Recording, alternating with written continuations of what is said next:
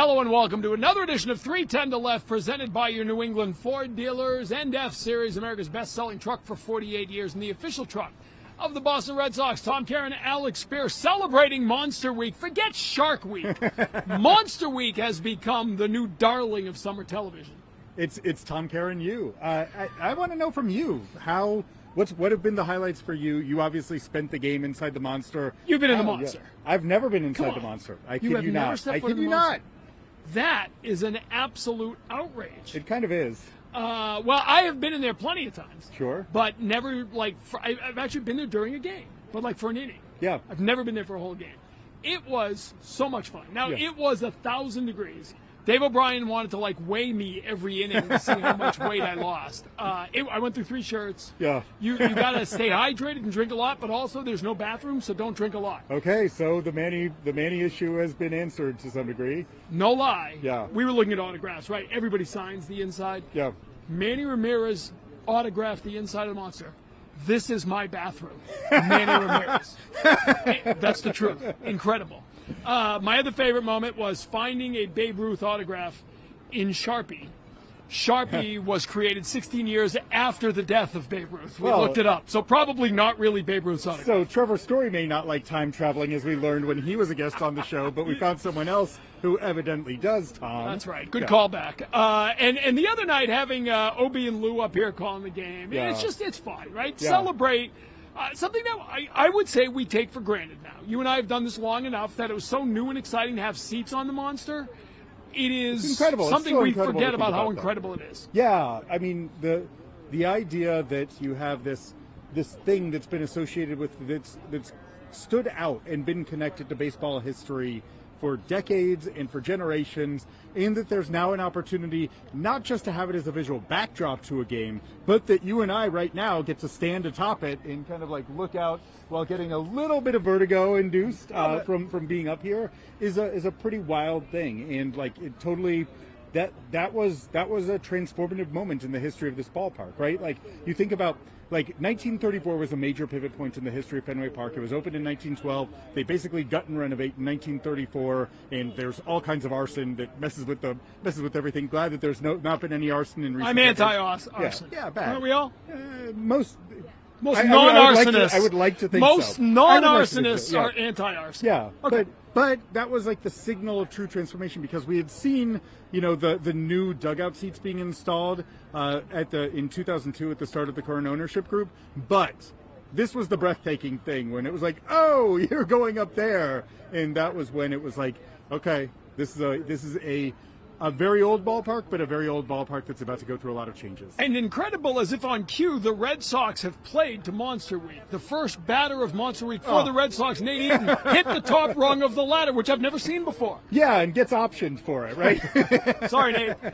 But, Roman Anthony making his left field debut in Monster Week. I mean, it's all, the Red Sox understood the assignment.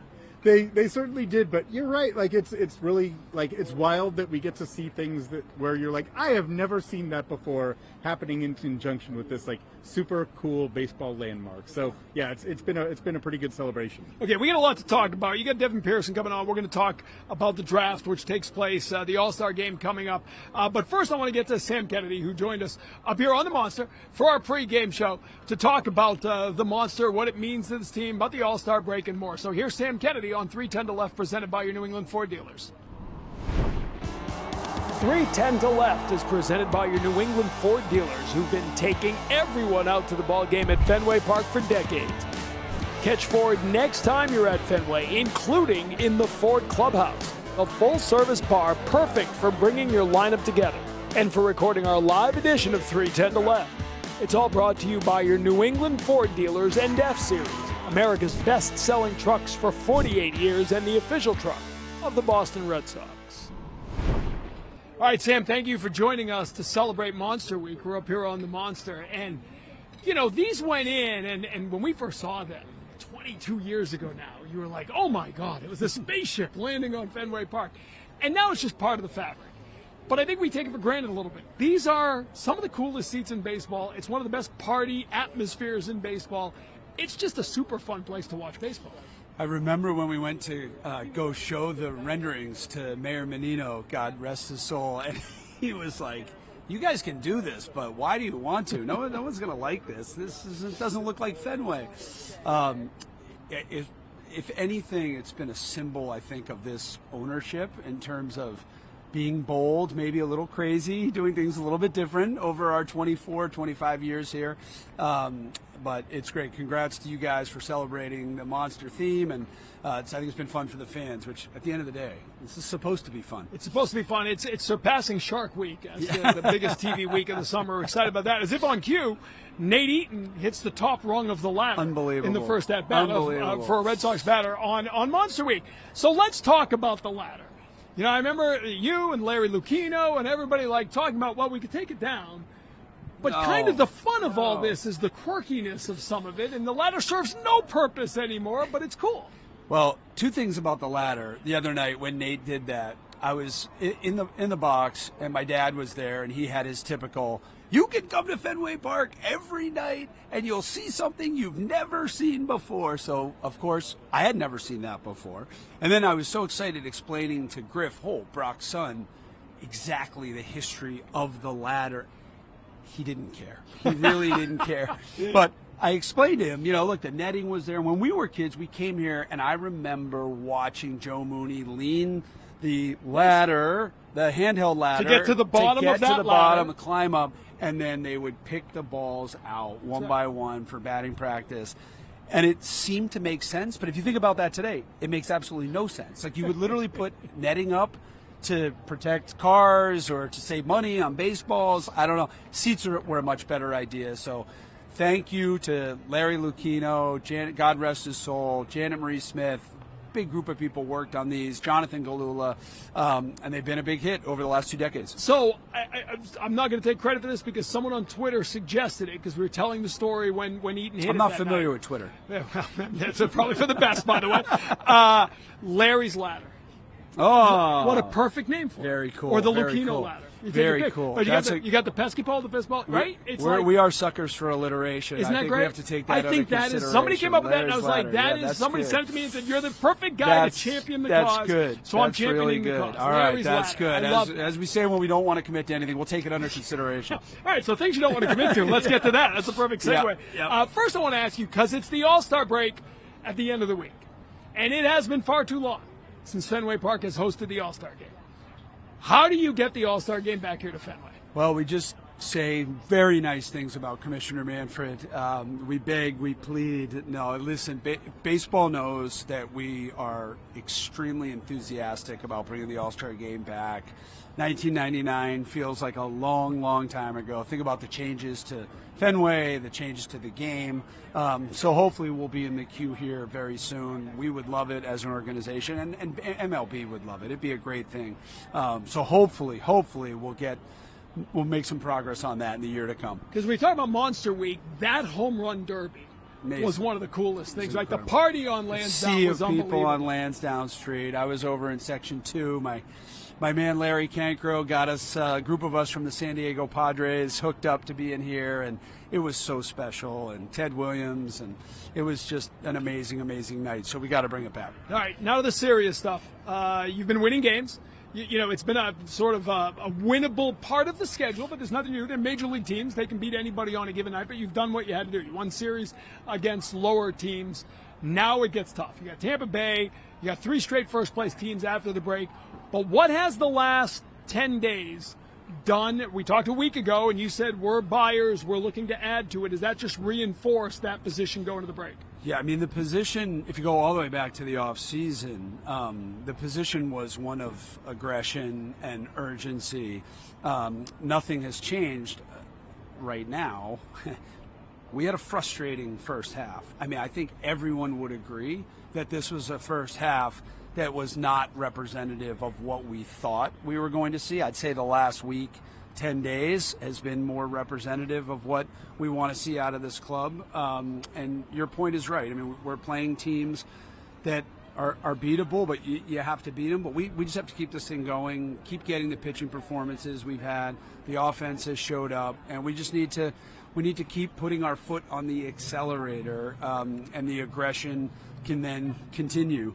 And I will say, we have a lot of difficult roster decisions. It's why Brez and AC make the big bucks. I mean, there's a lot of difficult baseball decisions, conversations that have to happen over the next couple weeks, unrelated to the trading deadline, because of the fact that we have a lot of good players and a lot of great depth on this team, which is a great problem to have. And we're sort of, we should be celebrating that, but they are hard decisions. Well, we talked to Craig Breslow yesterday, and we talked about that, right? Usually you pick a lane.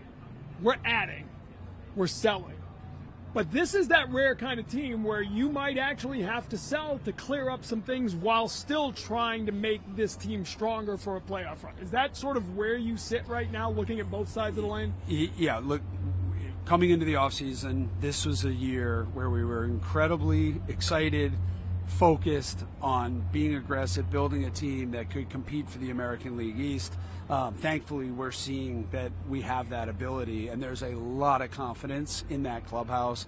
Whenever Alex Speier is around, there's a lot of confidence. We know that. We have a confident group of players, and the front office is extremely confident in our ability. But we've got, 16, 17 games until the deadline. We need to really just keep that foot on the accelerator and keep going. The question is, what are you going to find in the market? Who's going to be out there? The great thing about the additional wild card and what Major League Baseball has done is so many teams are in it, and it becomes really, really difficult to match up on trades and deals. We obviously pulled off the trade back in June. I don't know if you saw that. I heard.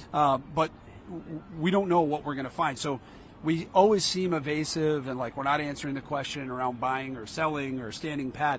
It's because we don't know what is going to happen when we get into those conversations. Even if there's a great buy opportunity, it may not fit. We might not be willing to part with a certain prospect, or we might not be willing to give up a certain major league piece until you get into that room and things really heat up. And they really don't heat up until the last 2 days, usually, because I think deadlines force action. That's what's so exciting about the trading deadline. So anyway, we'll see where we get to. But the mindset is this is a team that we thought would be built for the postseason. We still think we're built for the postseason. We want to win the division. You don't want to mess around with a wild card. And we're staring up over a bunch of teams, but I think we can still climb and get there. You've done this for a long time now, and you've been through enough of these trade deadlines.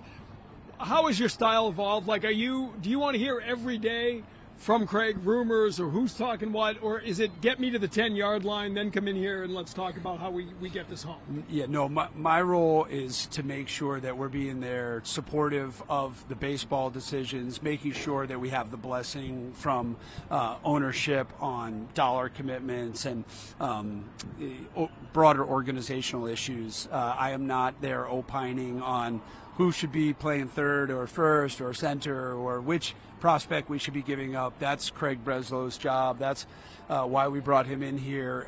So my role is to make sure that the baseball ops department has what they need, and a big part of what they need is the support, the financial support, and the ownership blessing and support to pull off deals that they want to. I've, again, been here 24 years, been a part of a lot of trade deadlines.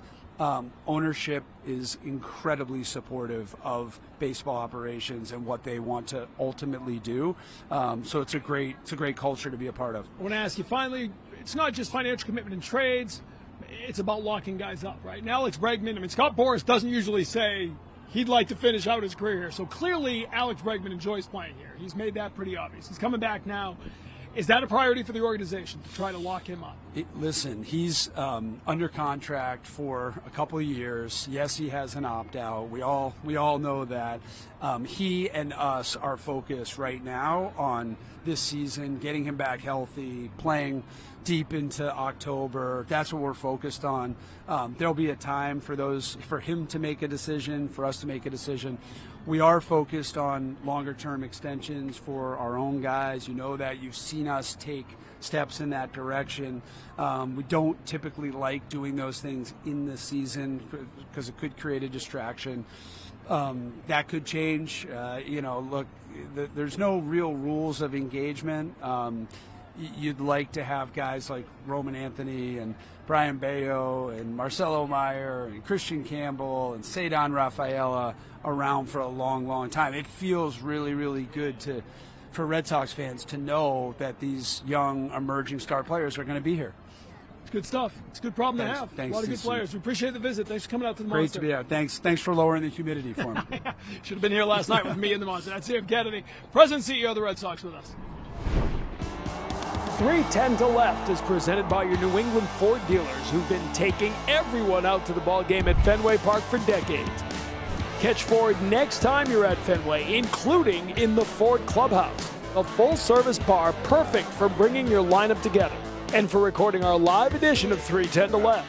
It's all brought to you by your New England Ford dealers and F-Series, America's best-selling trucks for 48 years and the official truck of the Boston Red Sox. Stuff to hear from Sam. First of all, the All-Star game. Yeah. That was we talk about the monster teams. Well, they weren't there in 1999. That's how long it's been. It's wild to think about how.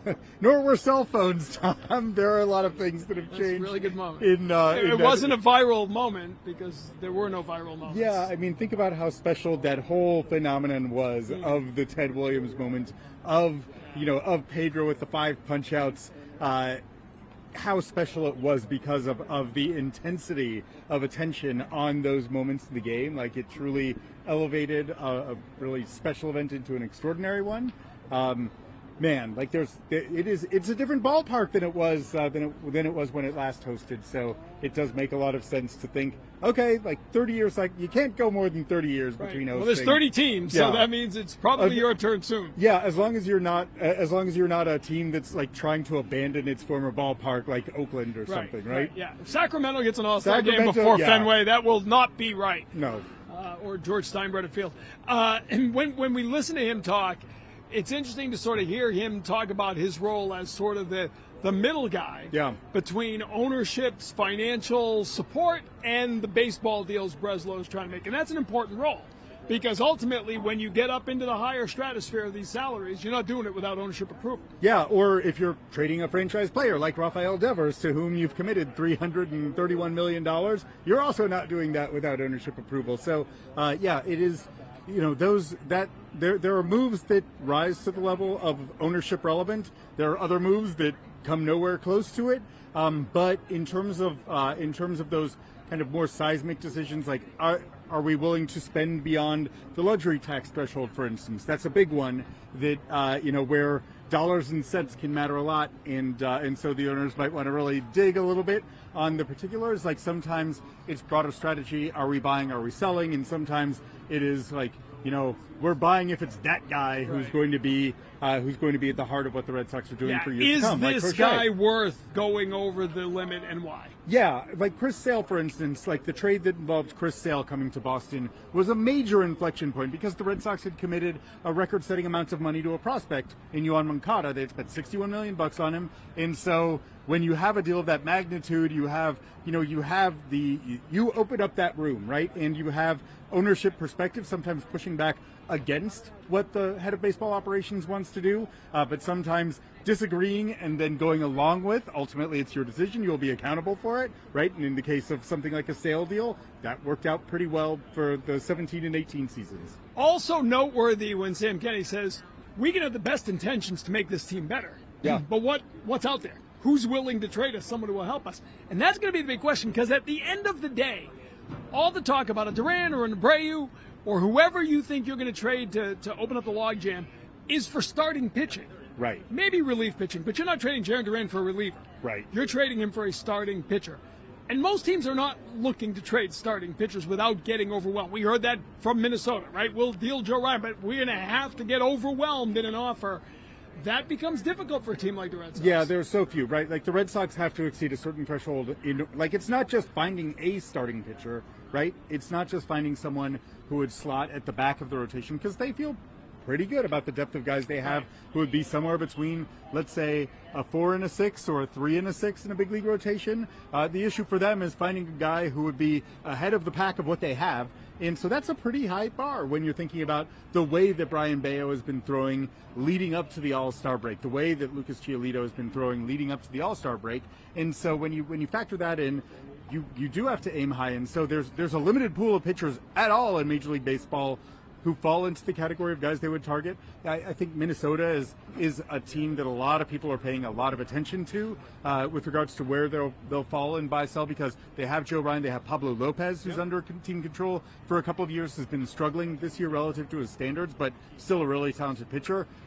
So a lot of people are paying attention there, but yeah, there's a limited pool of players that you would be interested in, and then an even more limited pool of players that would line up with you, where it's kind of a match for the thing you have in large supply and what they have in large supply. It's funny, you said it yesterday when we were having a conversation. I was thinking it as you said it. You're looking for the major league version of the Nick York for Quinn Priester. Yeah. Like an old school baseball. I have too many, in this case, first-round picks who are an infielder. We got a lot of those infielders. Right, middle You infield. got a lot of pitchers. Let's swap one of each. Yeah. It's harder to do with the major league level, but I'm Duran for Ryan. I'm not saying that's it, but if you could find the dance partner who had a pitcher that you thought could help you, you have an outfielder, can you swap them? But those deals just don't seem to get made anymore. Yeah, I mean, and they're complicated because there's money involved, and there's and how does my model value your 4 years of control versus the 3 years of control I have for this player? There's a lot that goes into it. One other interesting team that we should keep an eye on, the Diamondbacks, who are a team that always pushes to make the postseason, but they're in a really difficult NL West. And, you wonder there whether or not there are ways of becoming really creative. Not just like the Diamondbacks have Zach Gallen, who's going to be a free agent. Like the Red Sox aren't going to trade Abreu or Duran for a rental player. But are you able to kind of package that in the context of maybe a Gallen and someone else who's controllable for multiple years in order to kind of match up with the 3 years of remaining control of Duran or 4 years of it's hard though. Right. That's why it's kind of throwing darts, because there's not a clear mechanism for getting the values to line up. And as we talk, and this is always interesting now because of the calendar, you're talking about the immediate improvements you can try to make at the same time with the very long term, because the draft is now the All-Star break 2 weeks before the trade deadline, so it's all very condensed. Devin Pearson, you talk to him every year. You talk to him a lot, but we talked to him last year on the show. Just the philosophy and the mentality of teams, and the Red Sox specifically, you go into this 2-week stretch where it begins with drafting talent that will help you years down the road, and then you immediately pivot into the short term. That's difficult. It's a crazy little pivot, right? Like, because you're addressing entirely different things for the organization. Looking into a crystal ball for what's a player going to look like in 5 years' time versus what is my team going to look like in 5 weeks' time, and working desperately in order to address it. So it's a really crazy crucible where you're stirring ingredients that don't necessarily naturally go together. But that's what makes July this kind of wacky, fascinating moment in the baseball calendar. All right, let's hear from Devin Pearson. You talked to him about the draft. We'll react to it after, but here's what he had to say when Alex caught up with him on Zoom, or VMix, as we call it. Give credit where it's due. It's Devin Pearson on 310 to Left, presented by your New England Ford dealers. 310 to Left is presented by your New England Ford dealers, who've been taking everyone out to the ball game at Fenway Park for decades. Catch Ford next time you're at Fenway, including in the Ford Clubhouse, a full-service bar perfect for bringing your lineup together and for recording our live edition of 310 to Left. It's all brought to you by your New England Ford dealers and F-Series, America's best-selling trucks for 48 years and the official truck of the Boston Red Sox. And welcome back to 310 to Left, sponsored by your New England Ford dealers. We are joined now by Devin Pearson, Red Sox Director of Amateur Scouting. Devin, it's great to see you right off the bat. Congratulations. I think you got the first overall pick of 2025 from the 2025 class. Roman Anthony, had he gone to college, would have been in this draft class. Safe to say that he would have been pretty high up the board? Yeah, safe to say, especially with what he's been doing recently. But happy to be here and happy with what Roman's been doing and super proud of him and excited to keep watching him do his thing. I mean, how wild is that to you that like this is a kid who you drafted out of high school and less than 3 years later, he's already in the major leagues, already moving, like batting second or third in your order. Yeah, it's surreal at times. I think about when we first met Roman and talked to him during a rain delay for 2 hours and just thinking that now he's in the big leagues producing. Pretty impressive and, a tribute to the success of our development staff, but also Roman and the work he's put in. So it's been awesome. Tell me about that meeting during the rain delay and try to do so without using the word mature. He kind of led the meeting. I think he asked Justin Horowitz and I probably 50 questions in 2 hours, and we were just really impressed by his ability to retain information and the high level questions that he was asking. So knew he'd be able to adapt to pro ball pretty quickly. What kind of questions was he asking? A lot of it was based on just his swing mechanics and changes he had made from the summer into the spring and why he thought it had led to improvements and what kind of our feedback would be. And then defensively, how we could help him continue to develop. Obviously, he was a guy who you liked a lot. He was the high. You gave him, even though he was your third overall pick that year at number 79 overall. You gave him the biggest bonus that you gave to any of your picks in that year. What did you consider a realistic projection from Roman at the time that you drafted him? What did you love about him, and where did you think, okay, this is going to be an area of his game that we need to sharpen? Yeah, we thought he was going to make really good swing decisions, get to power. I think one thing we wanted to prioritize was getting the ball into the air full side more, which I know has been a topic over the last year too. And he's doing it and hitting the ball to all fields. And with the amount of damage he creates, he can do that. And I think for us, it was just continuing to get stronger, continuing to be athletic, and then just getting him a bunch of at-bats. But his brain worked and his mechanics were clean. His brain working, that's a kind of interesting phrase. How much is that like when you think about the scouting process, it used to be, a lot of it used to be, okay, like, hit tool is this, power tool is this, right? Like you measure the 5 tools on the 20 to 80 scale, you slot them in somewhere, and that kind of sets the parameters of what you end up wanting to do with like where you want to take a player. How much has that changed to being, okay, what's the athleticism? You do things like take jump tests, right? Like in order to measure the explosiveness of an athlete, and that question of how does the brain work? Yeah, I think we're just always trying to find better ways to answer the questions of how is this player going to develop or what is their ceiling. And so for a long time, I think we've assumed guys are certain level athletes. Now we can kind of test and get that information. And then in terms of how the brain works, swing decisions and also like getting the barrel to the ball is a lot of it's cognitive. So trying to assess just how their brain works in many different settings is something we try to prioritize.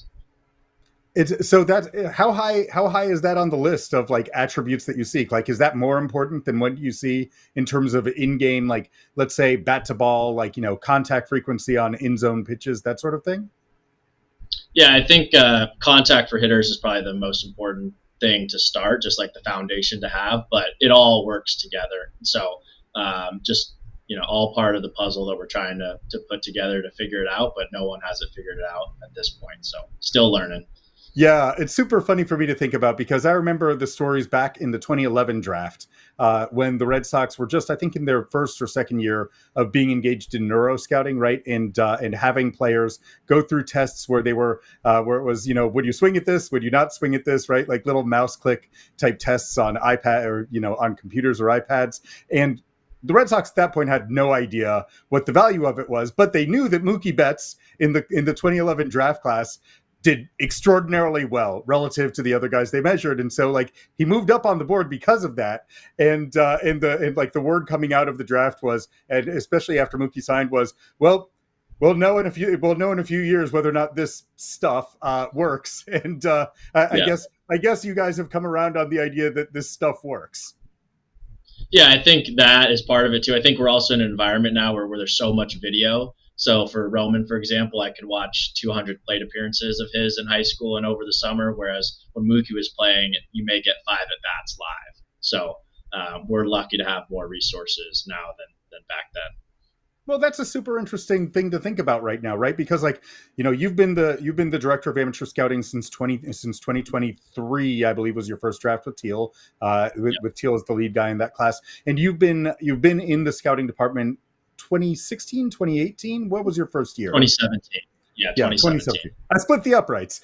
So when you think about how different, like what you're asking your scouting department to do now is from then, you guys have gone very heavy on video scouting, right? As opposed to there's been a shift away from, okay, let me send out like this, this regional cross checker to fly 2,000 miles in order to see 3 at-bats or like 3 innings from a guy over the course of a weekend, right? Like how much has the dynamic changed to being kind of video heavy versus in person? What's the role of an amateur scout now? Like what information do you want a scout to get now as opposed to what you were looking for in 2017? Yeah, so I think we're definitely still doing live scouting, and our guys are going out and seeing college games as well. But it's more of, we want our scouting reports to be as accurate as possible, and so utilizing the video resource to paint a full picture of the player. If you go to South Carolina for a weekend and watch the whole weekend, you only see, let's say, 20 at bats, whereas you can spend 2 hours and see every at bat from the entire season.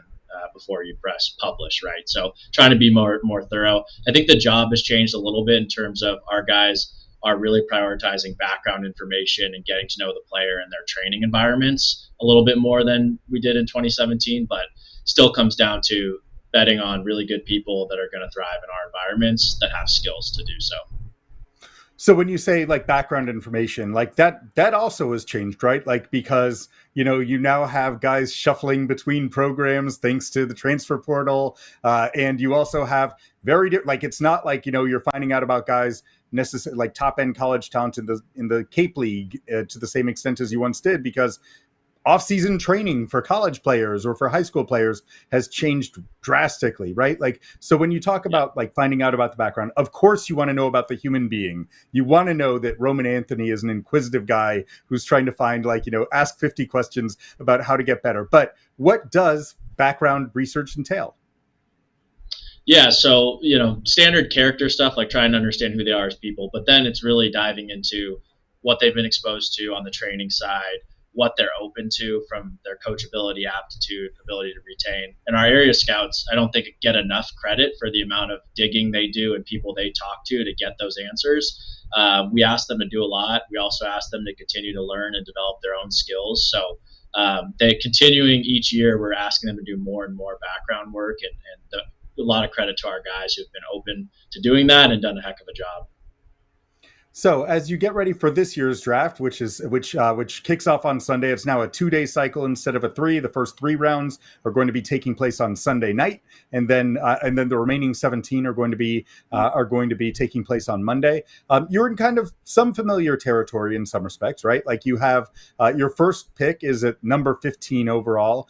You picked Kyle Teal at, I want to say, number 14. You had Braden Montgomery last year at number 12.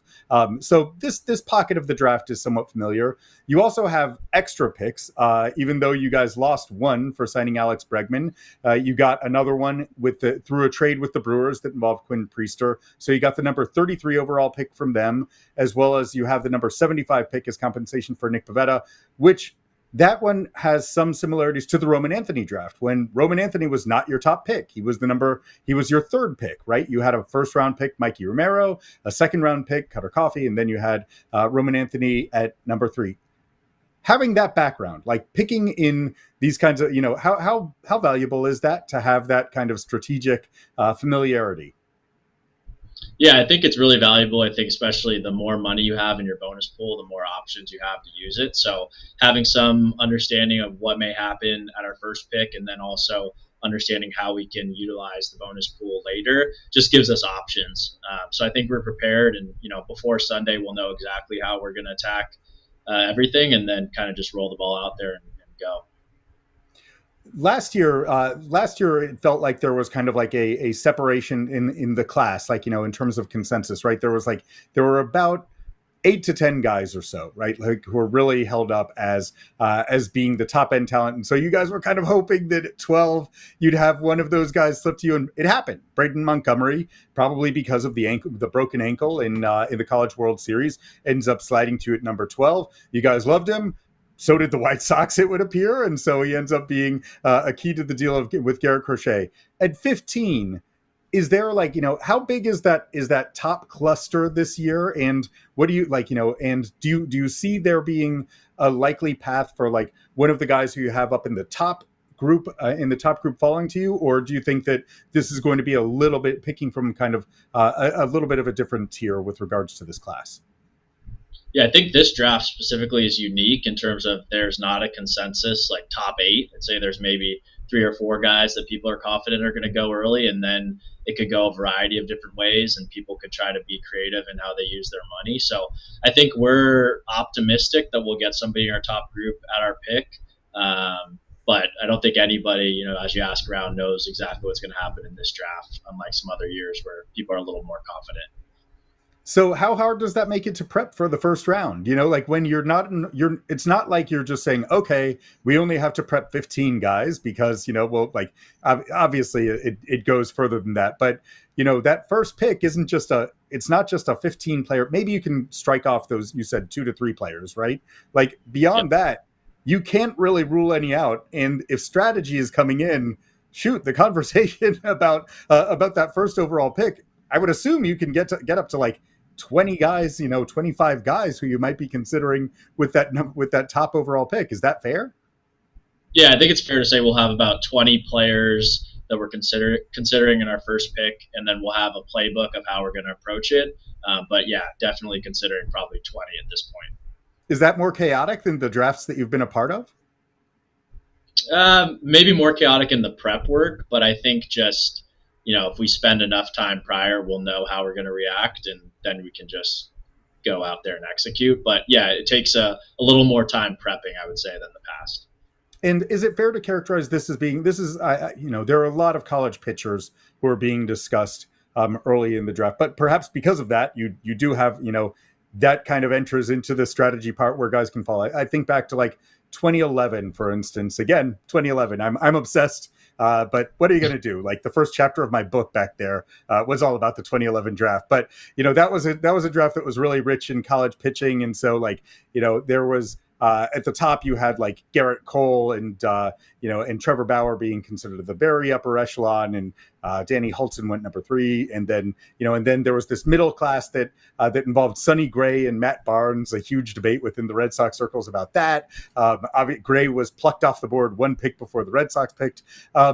Is that where a lot of the conversations are focused? Is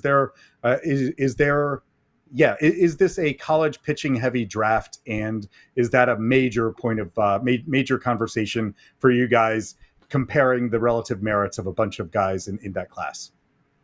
Yeah, we've definitely been busy comparing all of the college pitchers. I would say the top of the draft seems to be college pitcher heavy. Good chance a lot of those guys may not get to us, but we have definitely spent a ton of time, digging in the weeds on each of those college guys at the top. You guys did go very pitching heavy last year, which obviously caught the attention of a bunch of us who have been saying, boy, it's been a long time since the Red Sox spent a lot of their draft capital on acquiring pitchers. Obviously, you guys took Peyton Tolley with your second round pick, gave him the biggest bonus you had given any pitcher since Tanner Houck in 2017. He's off to a terrific start, already cracking top 100 lists and already up in AA.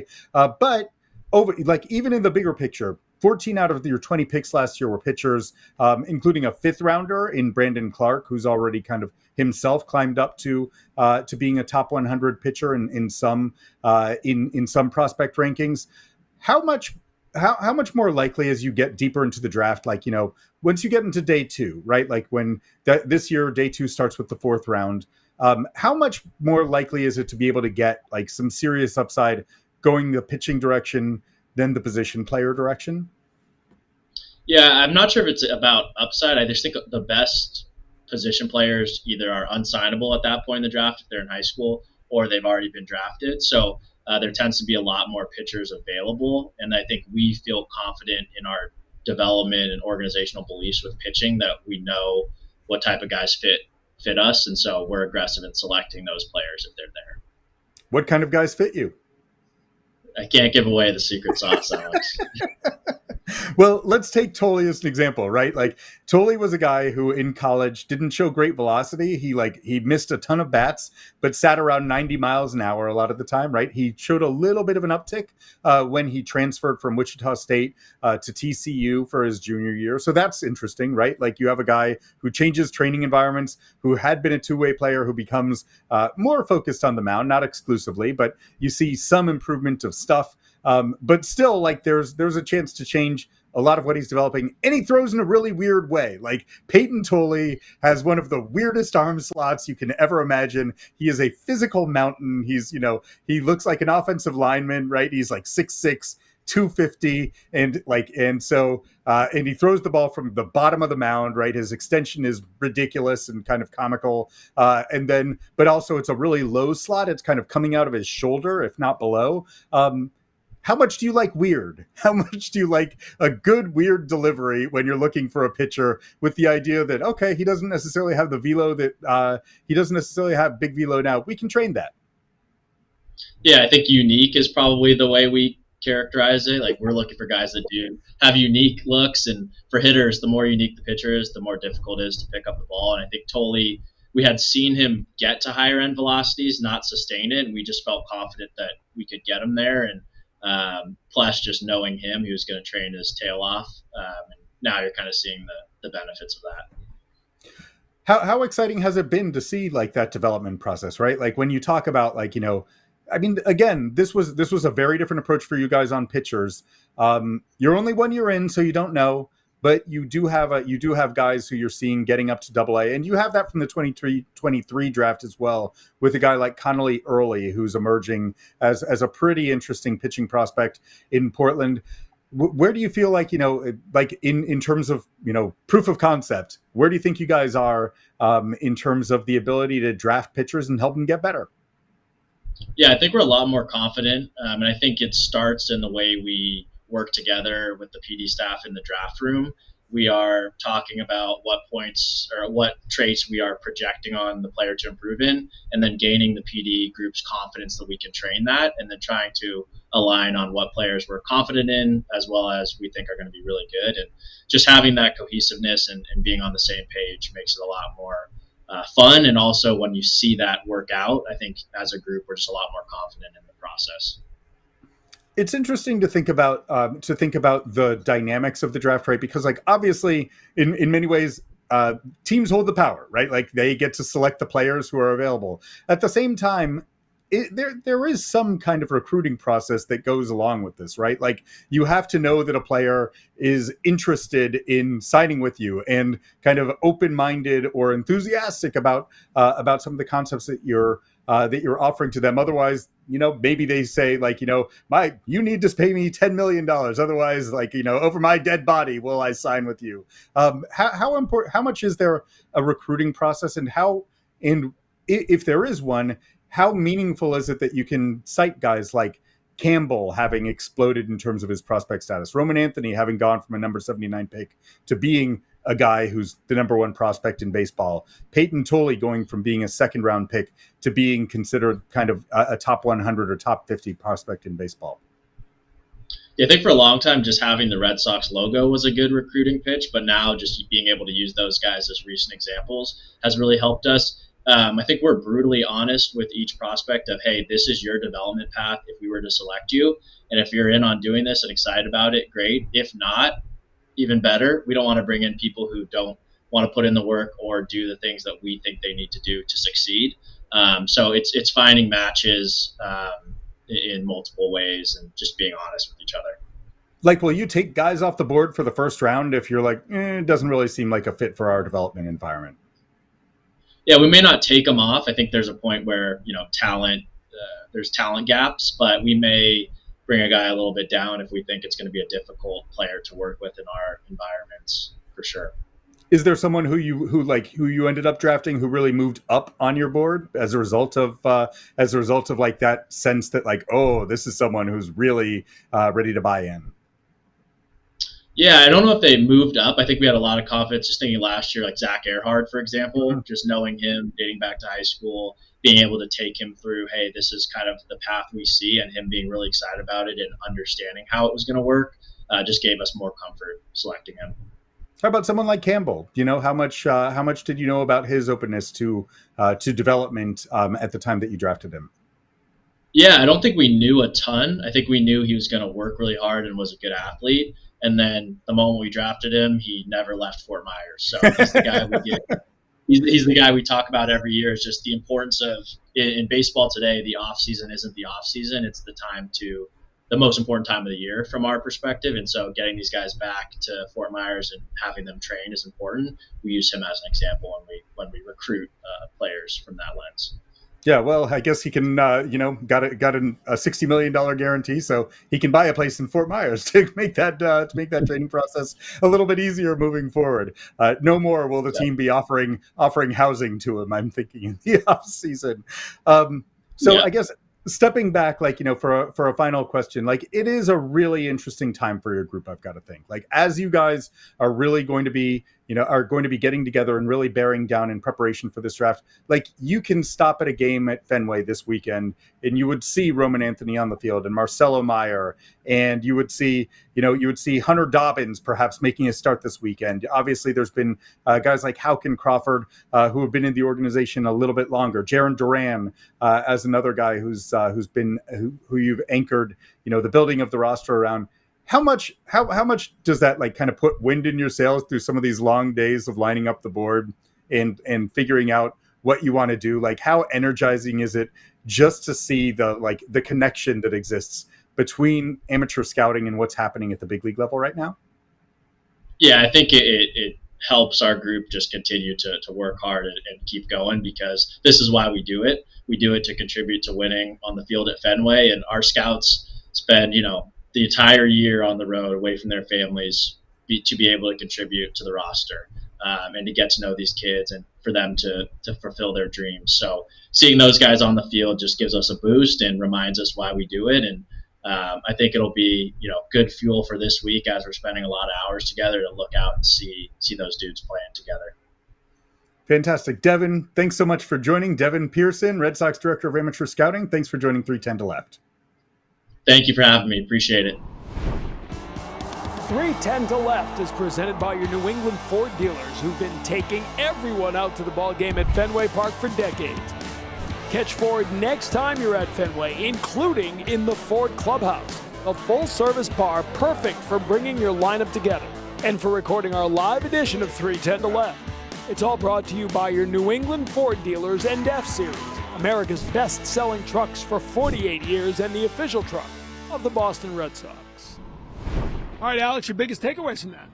That Roman Anthony would be 1-1 in this year's draft. That's amazing to me. Isn't it crazy? Crazy. This is someone who should still be had he not been signed by the Red Sox, not taken with the number 79 overall pick, right now would be finishing up his junior year of college as a young 21-year-old and just getting to be draft eligible instead. He is the staple of the Red Sox lineup right now, right? We were talking with Alex Cora before today's game. Masataka Yoshida is back, so what does that mean in terms of playing time? How do you finagle that? And he said, well, we'll rotate Masataka Yoshida and we'll say Don Rafaela and Jaron Duran and Wilyer Abreu. What about Roman Anthony? He's playing every day, second or third hitter in the lineup. He is kind of the linchpin right now, which is a wild thing to think about for a guy who, again, would just be getting to his moment of being drafted. It's also a reminder, right, that there are ways to go in a draft, different ways to go in a draft, right? The Washington Nationals fired their GM and head of baseball ops days before they had the first pick in the draft. And, are you going after someone who in 4 years will be a linchpin, or are you trying to get someone out of college who is a more accomplished, more complete guy who might be here within a year? It's always an interesting decision for teams to make. And do you reach after the guy who's going to cost maybe more money because he slips a little bit in the draft, and then take the Red Sox have 3 of the first 75 picks this year, right? Which is an interesting point. they have pick 15, they have pick 33, they have pick 75. So this is very similar to 2022 when they had 3 of the first 79 picks, pick number 79 having been Roman Anthony.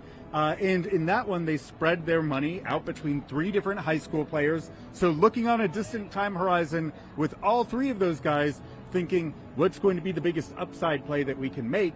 And ultimately, they hit it.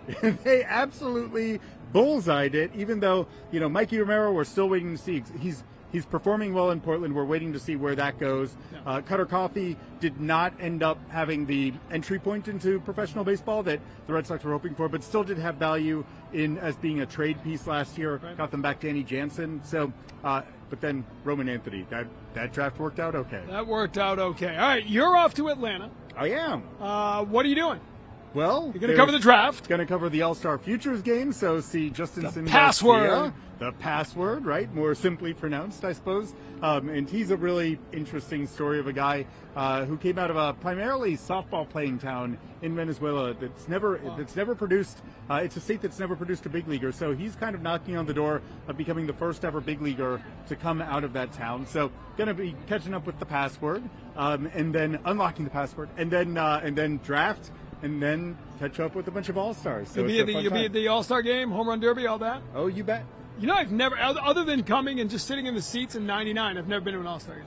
Super interesting. Yeah, I was not here in '99, which is one of my great baseball regrets because that was such an extraordinary event. Yeah, it was amazing. But I was a Bruins guy at the time, so I was just here having fun. But I've been asked by Nesson, and I say no because that's the Midsummer Break. It's not the Midsummer Classic; it's the Midsummer Break. So I'll be in Maine watching it all. Enjoy the time down there. You're going to have a good sports scientist weighed in, and TC, we need you healthy down the stretch. Yeah, it's a deload day, deload week on the beach. Okay, well, we learned two things that we haven't done. You've never been in the Green Monster. Never. I've never been as a baseball broadcaster to an All-Star game. So we need to get Sam Kennedy to get the All-Star game back to Fenway and get you in the Green Monster. I'll watch the Home Run Derby from inside the Monster. There you go, done. Things will be taken care of. All right, safe travels to Atlanta. We'll see you on the other side. That'll be great. Look forward to it, Tom. For Alex Speier, I'm Tom Caron. We thank everybody for dropping by. Sam Kennedy, Devin Pearson, and we thank you for checking out this edition of 310 to Left, presented as always by your New England Ford dealers NDEF Series, the best-selling truck in America for 48 years and the official truck of the Boston Red Sox. We'll see you again next time.